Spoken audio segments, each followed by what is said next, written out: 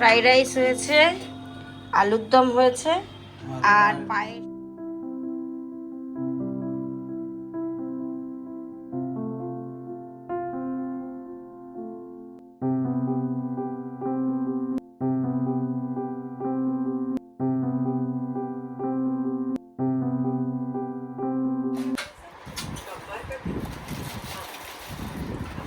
আবার কি আছে এটা?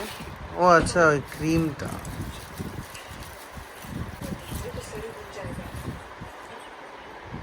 এটা রাইস সেরামাইট ময়শ্চারাইজার, এত ভালো এটা, এত হাইড্রেট করে স্কিনকে।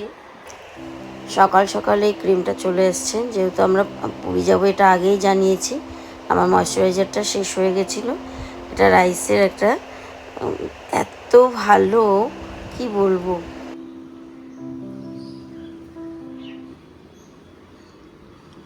ছেলে কালকে পরিষ্কার করেছে, মানে ঘর দুয়ার, যেহেতু বাপ্পার পুজো হবে সেই কারণে সমস্ত কিছু পরিষ্কার করা হয়েছে, সব এভরিথিং। এই যে এই সমস্ত জায়গা, সব জানলা টাংলা সব পরিষ্কার করা হয়েছে, টেবিল,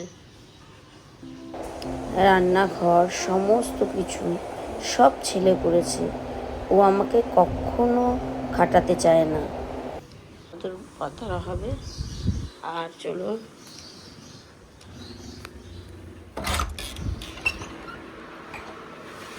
আপনাদের দেখিয়েছিলাম যে এই জায়গাটা কি করে কি করা হবে, তো ছেলে এরকম করেছে একদম। বাপ্পা এমনিতেই রেডের উপরে বসে, রেড হোয়াইট, মানে রেড হচ্ছে সমৃদ্ধির একটা প্রতীক।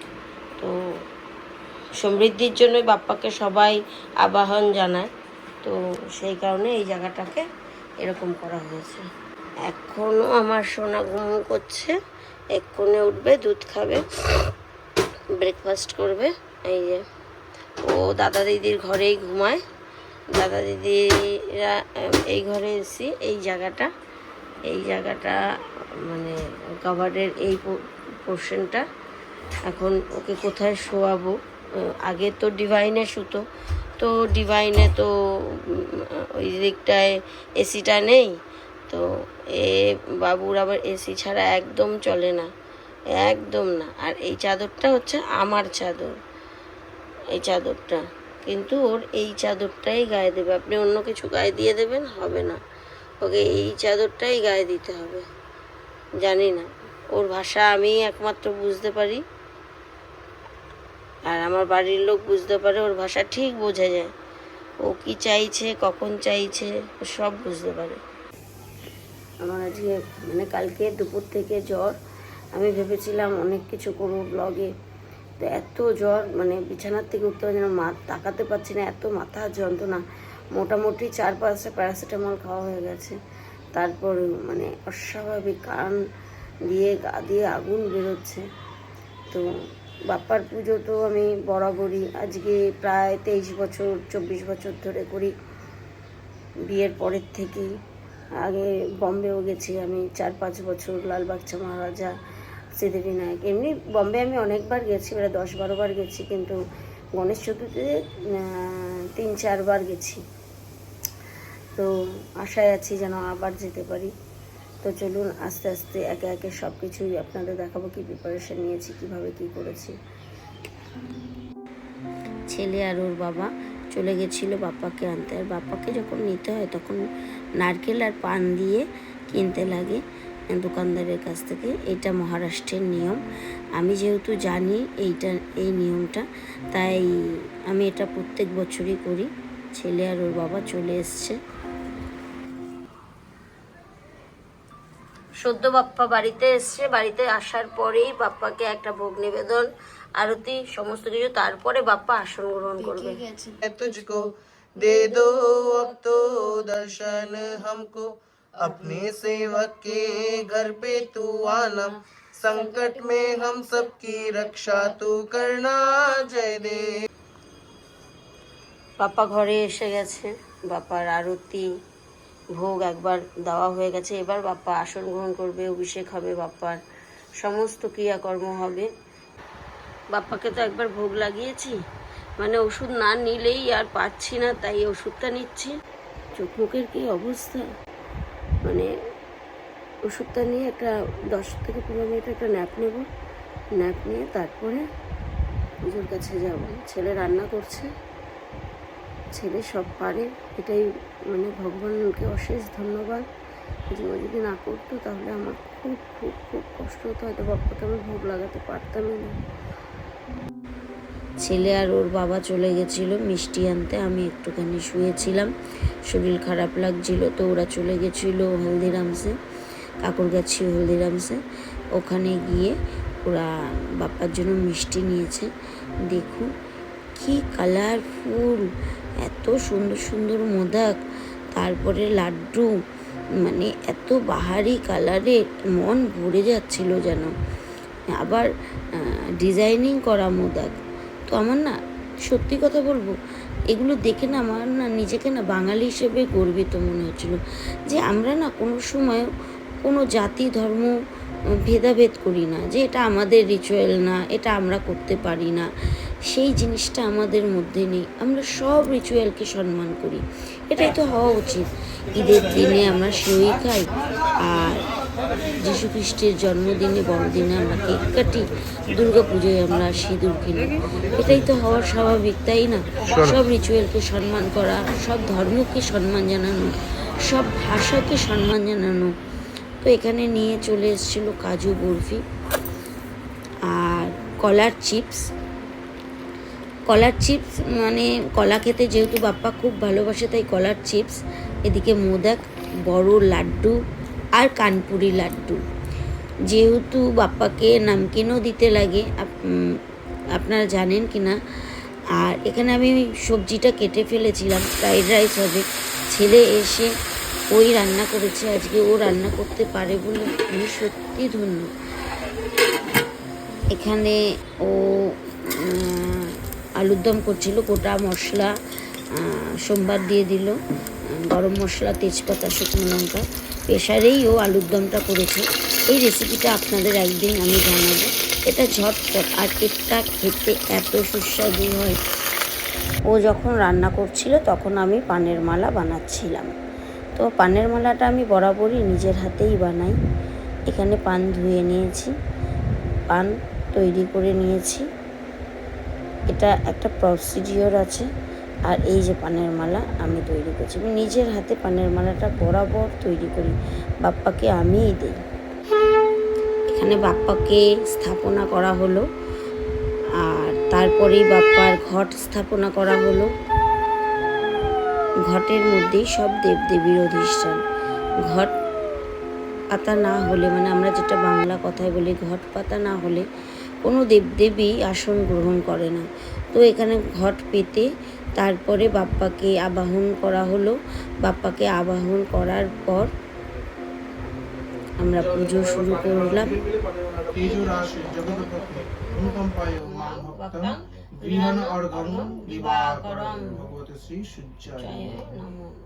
সূর্যকে অর্ঘ্য না দিলে কোনো পুজোই হবে না। গুরু গণেশাদি নানা দেবতা সহিত বিঘ্ননাশায় গণেশ পূজা কর্মহং করিষ্যে।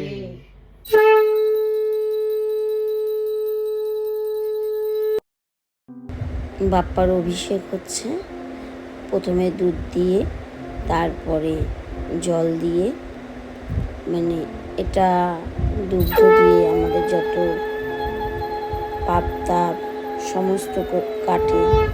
বাপ্পার অভিষেক হয়, কিন্তু দোষ আমাদের কাটে। তারপরে মহাদেবের অভিষেক হলো, তারপরে মাল্যদান একে একে সবাইকে, মানে মাল্য দান করাটা, পুষ্প দান করাটা, মানে জীবনে যত মানে ভালো জিনিস, বলে না ফুলের মতন সুন্দর জিনিস কিছু হয় না। তো আমরা তো ভগবানকে অনেক কিছু দিতে পারি না, নেচার্সের জিনিসই আমরা দিতে পারি, প্রকৃতির জিনিসই দিতে পারি, তার জিনিসই তাকে অর্পণ করি, কিন্তু তার মাঝখান থেকে আশীর্বাদ আমরাই কিন্তু পাই। সবই কিন্তু তারই দেওয়া, তারই সৃষ্টি, তারই সমস্ত কিছু। তারপরেও আমরাই সব কিছু তার মানে তার জিনিস দিয়েই তার কাছ থেকে আমরা ব্লেসড, আশীর্বাদ, আমাদের মনের কামনা প্রার্থনা সমস্ত কিছু চেয়ে নিই। এটাই তো ভগবান, যে দেয় সে ভগবান, যে নেয় সে মানব, যে কারে সে হচ্ছে অসুর, সে শয়তান। তাই ভগবান আমাদের দেয়, আমরা গ্রহণ করি। দীপদান আমাদের জীবনের যত অন্ধকার যেন মিটে যায়। আর আপনারা জানেন এই দীপ জ্বালালে কি হয়? দীপ দান করলে জীবনের যত অন্ধকার কেটে যায়। আর এই যে প্রকৃতির আলো, এই আলো ছাড়া কিন্তু ভগবান দেখতে পায় না। আমরা যতই লাইট লাগাই, যাই করি, এক সূর্যের আলো আর প্রকৃতির আলো, এতেই কিন্তু ভগবান আমাদের দেখতে পায়। এই যে উপরে এটা সোনার পরম। আগেকার দিনে বলা হতো সোনার রূপো খেলে বুদ্ধি বাড়ে, জ্ঞান হয়। তো ওই কারণে বাপ্পা তো বুদ্ধিদায়ক আর বুদ্ধিদাতা, তো বাপ্পাকে সোনার রূপো দিতে লাগে, যার জন্য লাড্ডুর মধ্যে দেখবেন রূপোর পরত দেওয়া হয়, সোনার পরত দেওয়া হয়।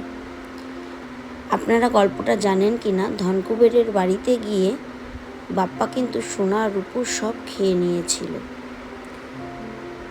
তো ওটার একটা বেশ গল্প আছে। ধনকুবেরের প্রচুর অহংকার ছিল।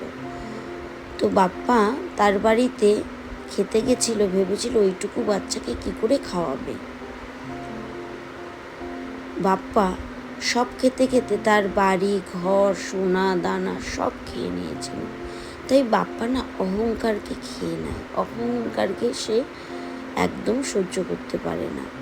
একে একে আমরা সবাই বাপ্পাকে পুষ্প দান করলাম, তারপরে সিন্দুর দান করলাম।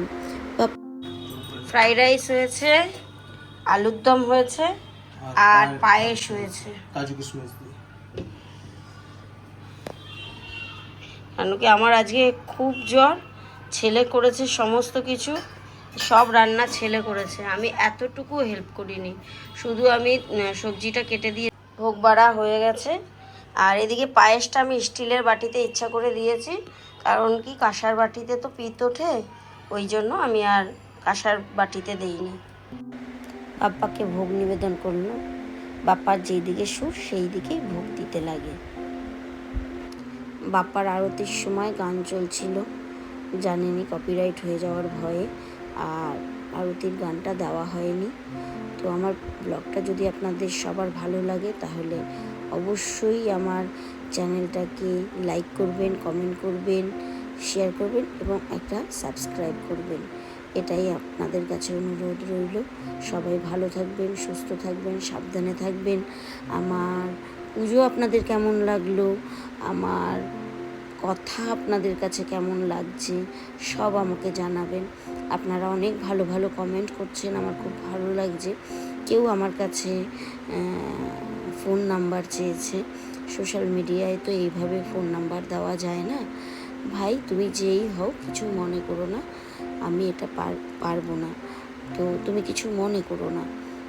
আমার ভিডিওটা যে তুমি দেখো তার জন্য অসংখ্য ধন্যবাদ।